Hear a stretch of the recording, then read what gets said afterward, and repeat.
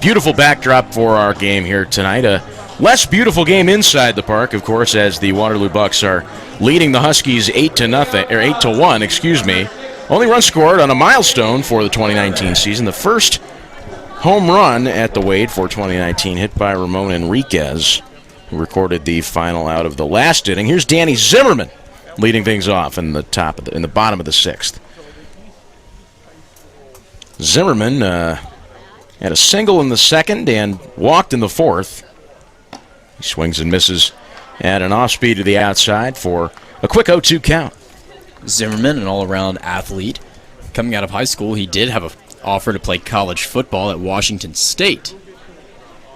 New pitcher on the mound for the Bucks. That's number 20, Dylan Phillips, as Zimmerman grounds this one up the middle, rolls into center field, and he's aboard with a single to lead things off here in the bottom of the sixth. Now batting, number 39, Matt Hogan. So Zimmerman aboard at first with his second hit of the night. Matt Hogan looks to make an impact as he steps in on the left side. Dylan Phillips, as you see right there, came in 7 1/3 innings pitched, a record of 1-1. As the lefty fires an outside fastball, finds the plate. Phillips, another do-it-all guy, plays both ways, pitches, also hits. He was Kansas State's Friday starter in the college season. Swinging another one up the middle. Danny Zimmerman headed to second, and Matt Hogan aboard at first. 2 singles in a row.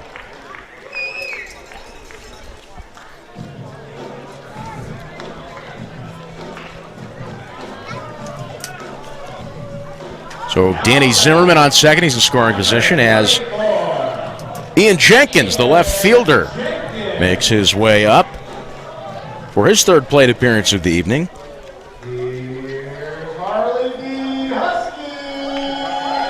Now solid contact allowed to back-to-back hitters. Now Jenkins' solid contact is much different than others. His can go a long way. And this is a chance here for Jenkins to make an impact on the Huskies. He's struggled to make a huge impact so far, as he's a guy who hacks away at it for the fences, really.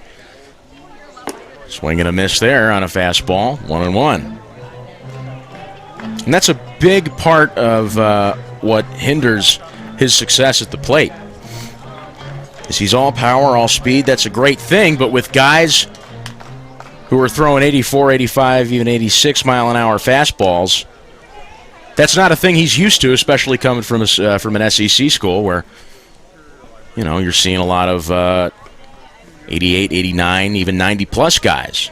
And a guy like Jenkins isn't going to see fastballs all the time. He's going to see more breaking balls than anything.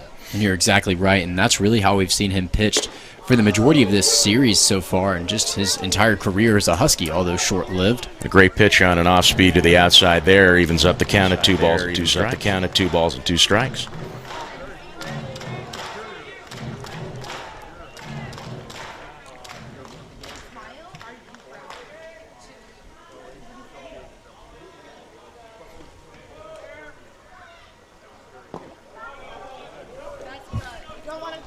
Here's a curveball, it looked like.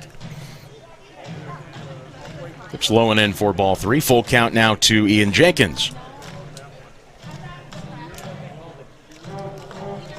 Jenkins flied out to left field his first time up in the second and walked in the fourth. In the last series, he was 1 for 9. 3-2 pitch, misses just outside for ball 4, and Jenkins is aboard with a walk. Loads up the bases for Aaron Greenfield, the third baseman. And as good as an opportunity as the Huskies will probably get to get back into this game. Bases loaded with nobody out. Last time the Huskies had the bases loaded, Austin Meckler was up and ended up hitting a ball really hard in right field, and then there was just a great play made by Brooks to stop what could have been a very big hit. Greenfield, the righty, ready to go. Here's a fastball, finds the inside part of the plate for strike 1. Greenfield, 1 for 1 tonight, had a double in the third, was stranded. Was following 3 consecutive flyouts, back in the third, and he was walked in the fourth. 0-1 pitch. Swing and swing gets a piece of that one, unfortunately, and fouls it back to the backstop. Quickly 0-2 to Greenfield. Here's something you might not know about Greenfield. Greenfield plays 5 instruments: violin, trumpet, flute, piano, and cello. 0-2. And from talking to him, I just wouldn't have guessed that. He's obviously a very intelligent player. Just the way he approaches the game and the way he communicates his different thoughts on the game is very intelligent. But I never pegged him as a music guy. It's definitely not a feat you would expect a full-time ball player to take on, but good for him. I wonder if he has any interest in pursuing music after his baseball career is over. 1-2 pitch finds the zone, low and in for strike 3 and out number 1. Base is still loaded as Wade Meckler finds himself in almost the exact same situation he did last time up at the plate. So he's getting a second chance to make an offensive impact here tonight, and you got to think he wants to after flying out to left field in the 3rd and then flying out to right field in the 4th. And one of the beauties of baseball, it's a game of second chances. We talked about baseball karma earlier in the game. And now here's Meckler with a second chance. And like you said, this same situation he saw earlier. First pitch of knee buckler missed on the back door.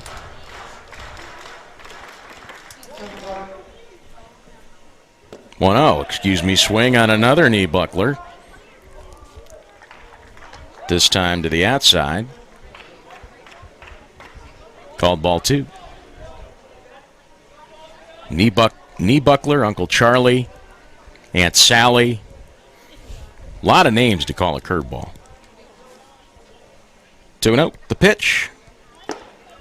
There's a fastball. Just nicks the outside part of the plate. 2 balls and a strike to Wade Meckler. Jenkins on first, Hogan on second, and Danny Zimmerman on third. 2-1. Swing and a fly ball, foul down the left field line. It's going to bounce out of play. One hop the fence, and it's going to hop the Log Home wood-fired pizza truck. Log Home wood-fired pizza, the official pizza sponsor of your Duluth Huskies. So Meckler fouls into a 2-2 count. 1 away. Runners on all bags. Waterloo has 8 hits, 8 runs on 11 hits. Huskies with 1 run on 5 hits. 2-2. Swing and a grounder up the third base line. A step on the bag from Wooldridge and a throw on over to first. Not in time. Meckler is safe and has an RBI single. The score is now 8-2. Waterloo still leading. And Wooldridge there probably made the best play he possibly could have. He did get 1 runner out of scoring position and really showed some athleticism getting to the bag and firing that ball across the diamond, just not in time to get Meckler.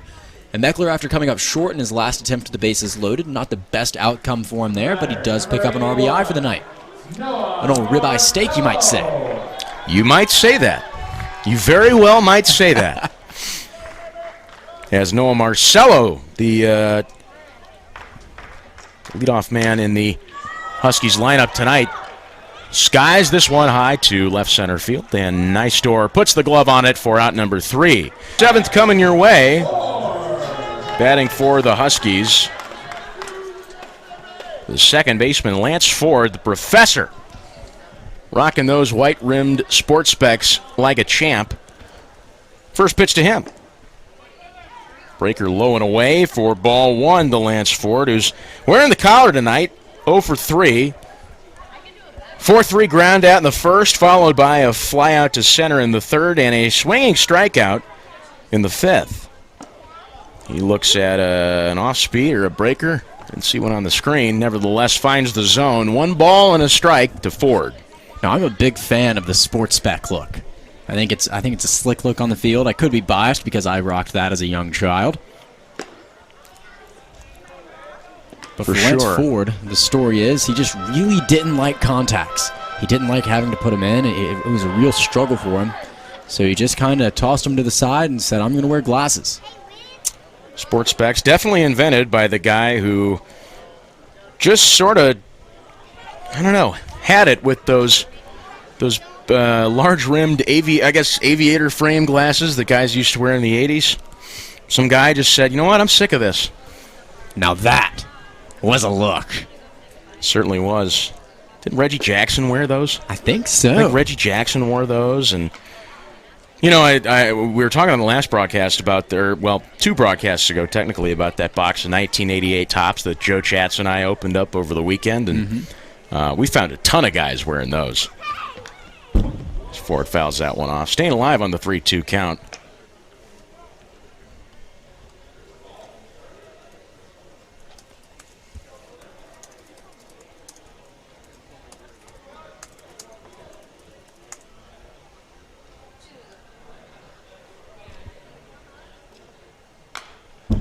That one's fouled off.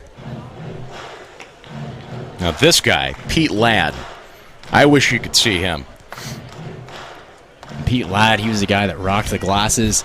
Also just one of the original flow gods, you would say. Really just had that hair going everywhere out of the back of the hat. Roy Howell, Brian Downing.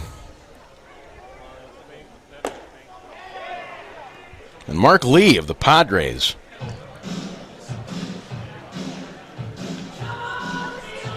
So a swing and a miss there for strike 3 and out number 1 for Lance Ford, who's now 0 for 4 tonight. Second strikeout of the night for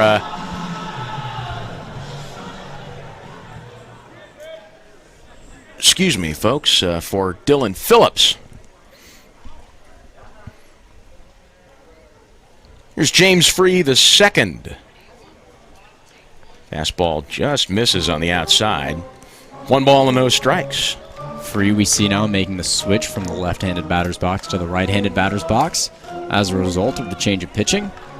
It's the beauty of being a switch hitter. You can always have an opposite matchup from the pitcher. 1-0. Swinging a grounder right to the shortstop, Hostetler, who sets and throws on over to first. Good for out number 2.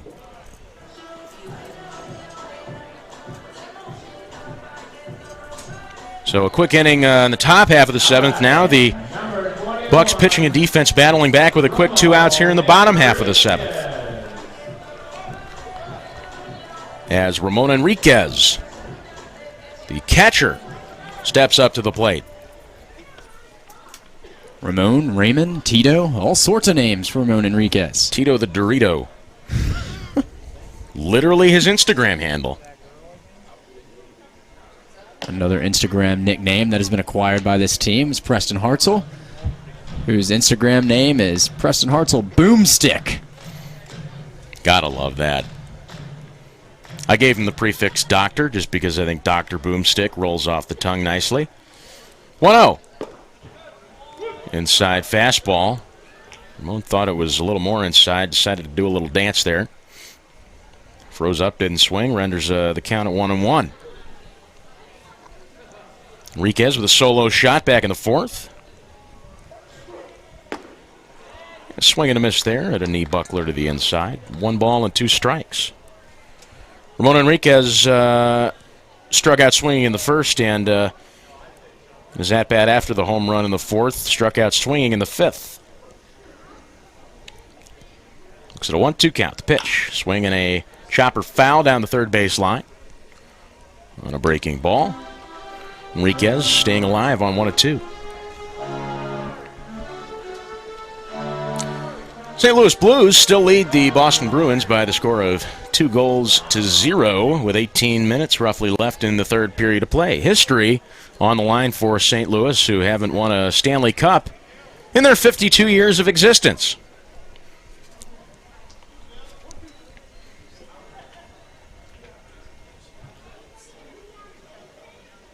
One ball and 2 strikes to Enriquez. The pitch. Swinging a foul again.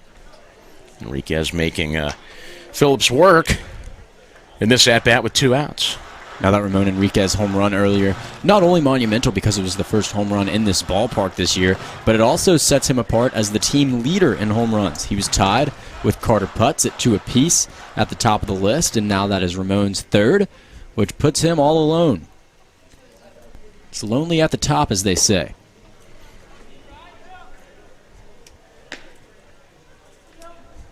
Do they say that? Yeah, you know, it's what the kids say these days. The kids.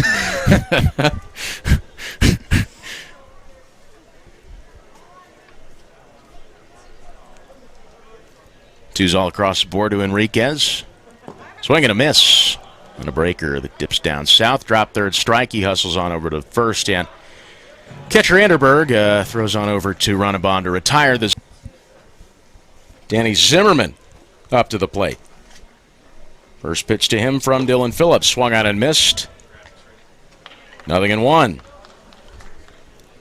Zimmerman has gotten on base in all 3 plate appearances tonight. First in the second with a single. Had a walk in the 4th and a single in the 6th. He was brought home on an RBI single by Wade Meckler, the shortstop. Quickly an 0-2 count to Zimmerman.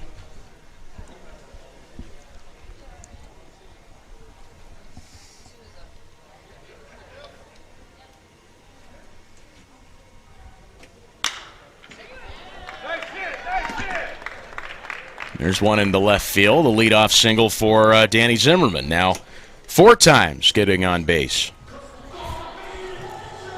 And what a night for Zimmerman. This is something we've seen from him all year long. He'll go one night with an 0 for 4 appearance, then the next night go 2 or 3 for 4. Tonight, like you said, seeing the bases paths all 4 times. A streaky hitter, as you would say. So now here's Matt Hogan, the right fielder.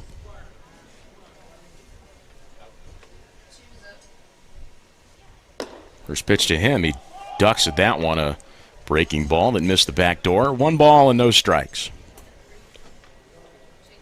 Hogan 1 for 3 tonight, flied out to left. His first time up in the 2nd inning, struck out swinging in the 4th. And singled in the 6th. There's a swing and a miss at a fastball to the outside. 1-1 is the count.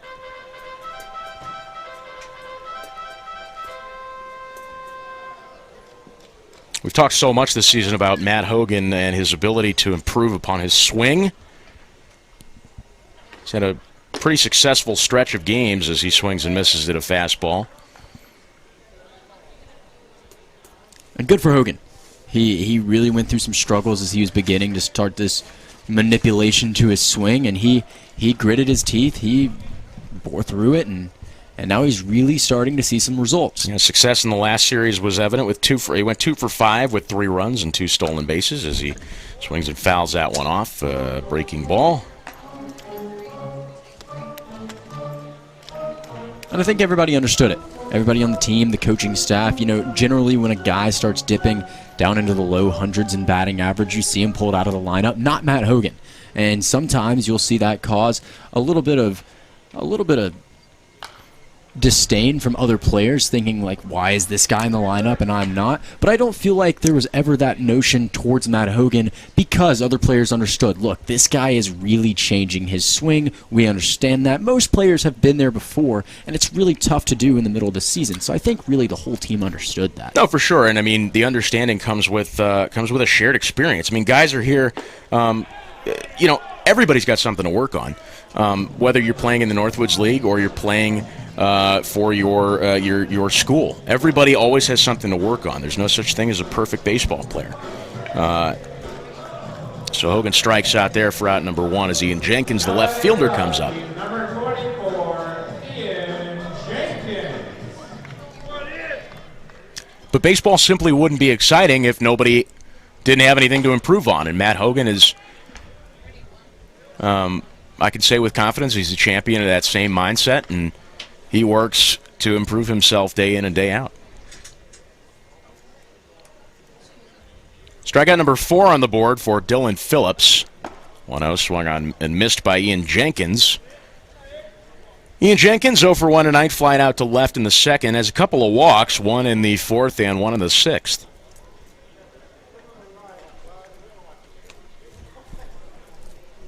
Zimmerman still on first base, short lead, never a big leadoff guy, or a big lead guy rather. Swing and a miss at the 1-1 on an off speed.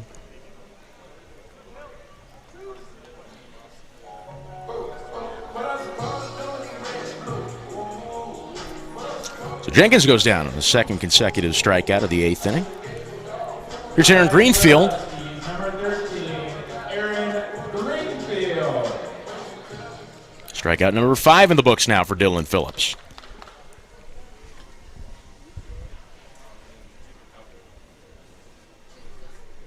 First pitch to Greenfield. Fastball nicks the outside part of the plate for strike one. Greenfield, in his first at-bat in the 3rd inning, had a double. Was stranded there. Drew a walk in the 4th and struck out swinging in the 6th. Time called at the request of Greenfield, who steps out of the box. Mentioned earlier the opportunity for some Waterloo players to get the Jock Peterson cleats if they needed them. Aaron Greenfield, a Duluth player that took advantage of that opportunity. He's rocking the Jock cleats. 0-1, that pitch with a little break on it.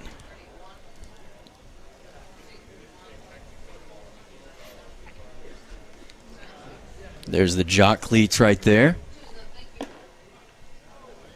There's another breaker trying to paint the inside with it.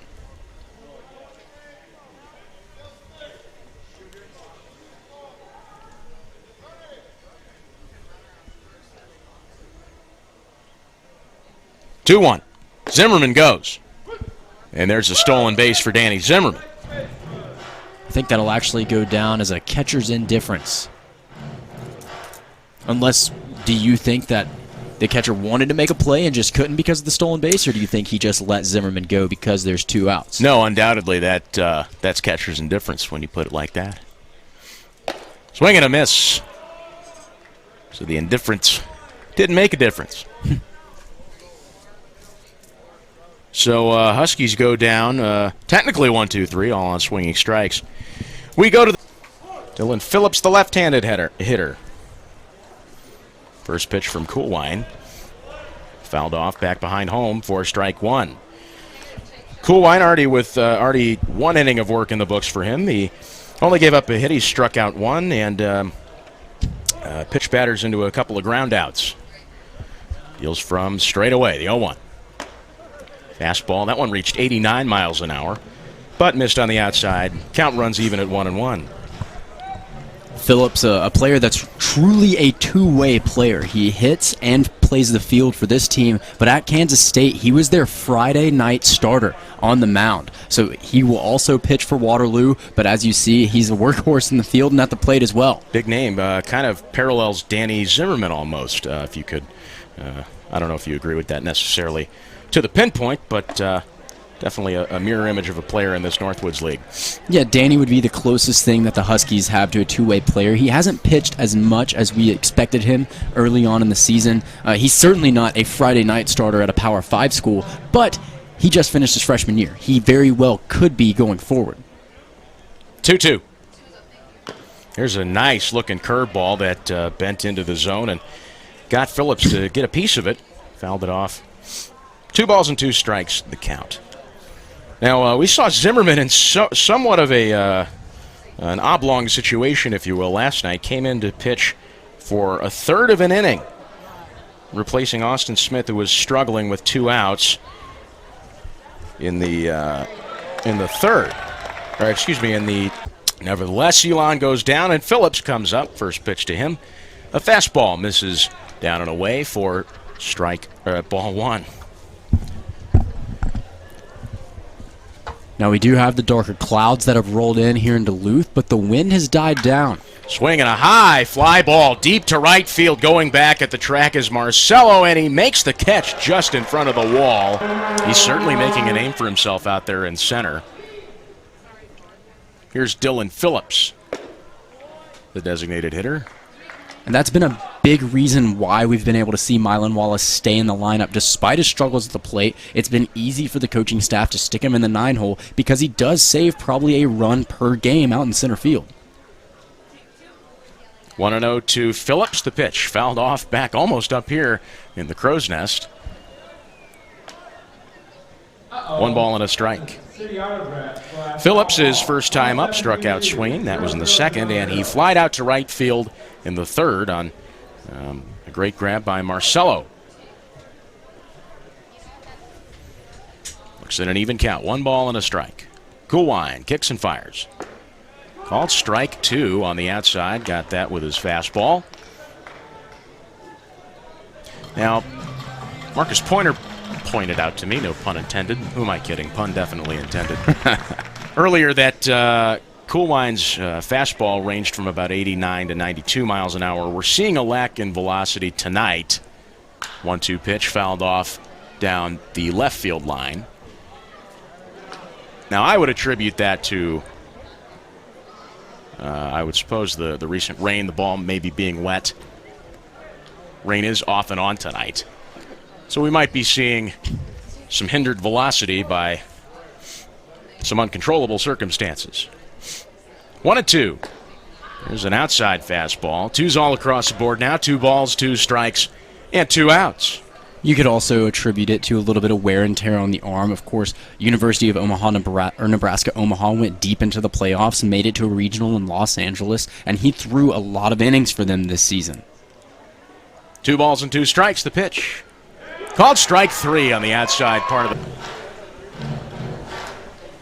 So an all-around 5-tool shortstop, I guess, if you will. And when Carter Putz returns to this Huskies team, it's really going to be a battle between him and Nick Kent to really just see who the MVP of this team is. Yeah, Carter Putz been out, unfortunately, with a sinus infection. Well wishes to him as this one is lined into the corner in right field for Dylan Phillips. He's rounding first on his way to second. A long throw by Marcello to the second baseman, or rather the shortstop, Kent, who was just wide of the bag, and Dylan Phillips is aboard with a 2-out double.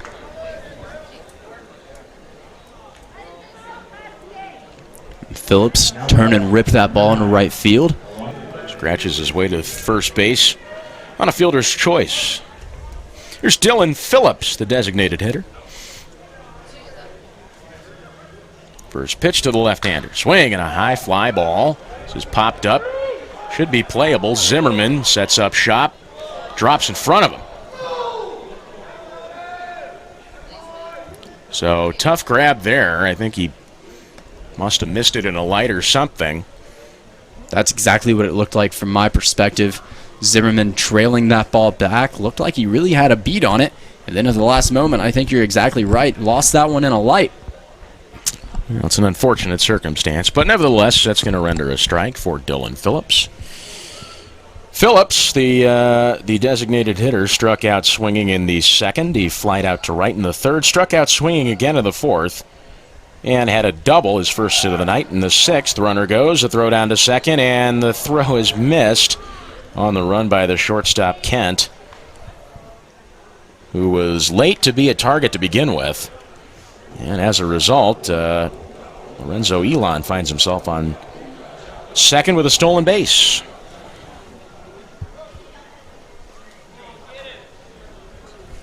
So runner in scoring position now for the Bucks. Phillips at the plate looking at a 1-1 count. The pitch. Fastball misses down and away. Now, Andrew Murphy, you will not believe this. I mean, I might. So far tonight on the mound for the Huskies, we've seen a pitcher, we've seen a right fielder, and a center fielder, correct? That's correct. So take a wild guess who I just saw in the binoculars warming up down in the bullpen. I don't know. That would be number 12, Lance Ford. Oh, wow. Who has played all but one game for the Huskies at second base tonight, or at second base. He did play one game over at third. And yep, I just glanced down there, saw the glasses, and all I could do was shake my head. So the professor looking to make his way to the mound. Warming up in the bullpen. Look at those specs. Here's a throw down to first on the run down. End of the day, hitting .241. He does have a pair of home runs on the season, and if there's a day for him to add another one to that, it may very well be today. He's a lefty, and the wind is blowing out to right. Watches that pitch, the fastball low and in for strike 2.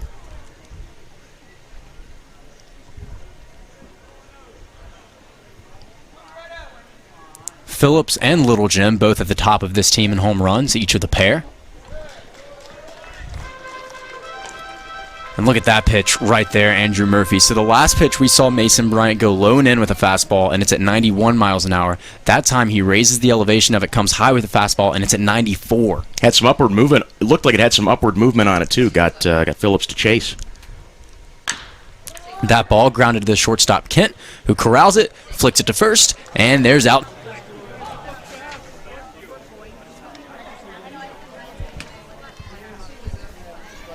Little Louie from Bryant is inside.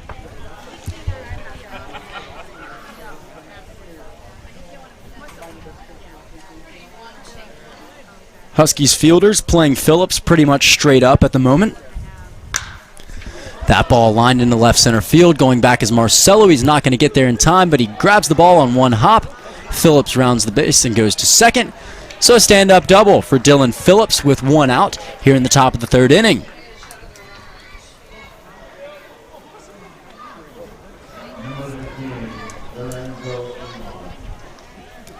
So here's Lorenzo Elon. Now coming up with a runner in scoring position and only one out. Things starting to warm up here in Duluth. Now here's Dylan Phillips. Mentioned the wind blowing out to right like it was in his first at-bat back in the first inning. It would do him some help if he can get a hold of one into the right center field gap.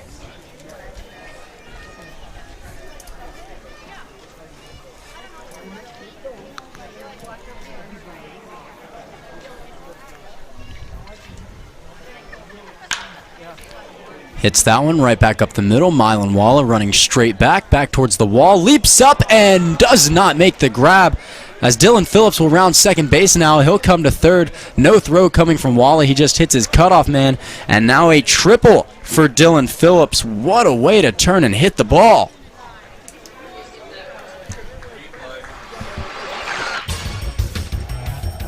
See, this one's well struck to center field, and then Mylan Waller going back, dancing around.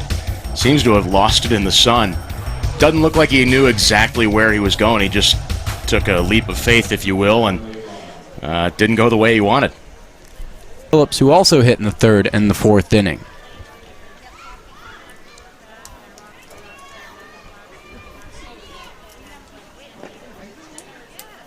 Phillips having a very good day so far.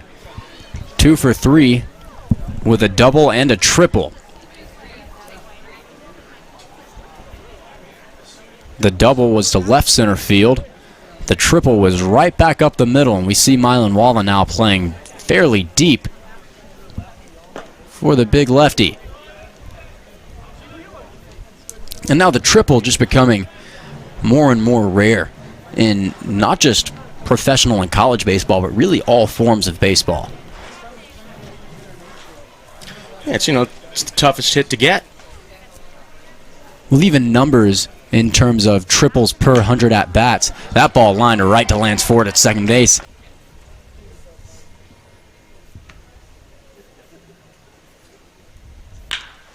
Now he grounds that one hard over to Lance Ford. Lance Ford throws it over to James Free the second. And Dylan Phillips is out.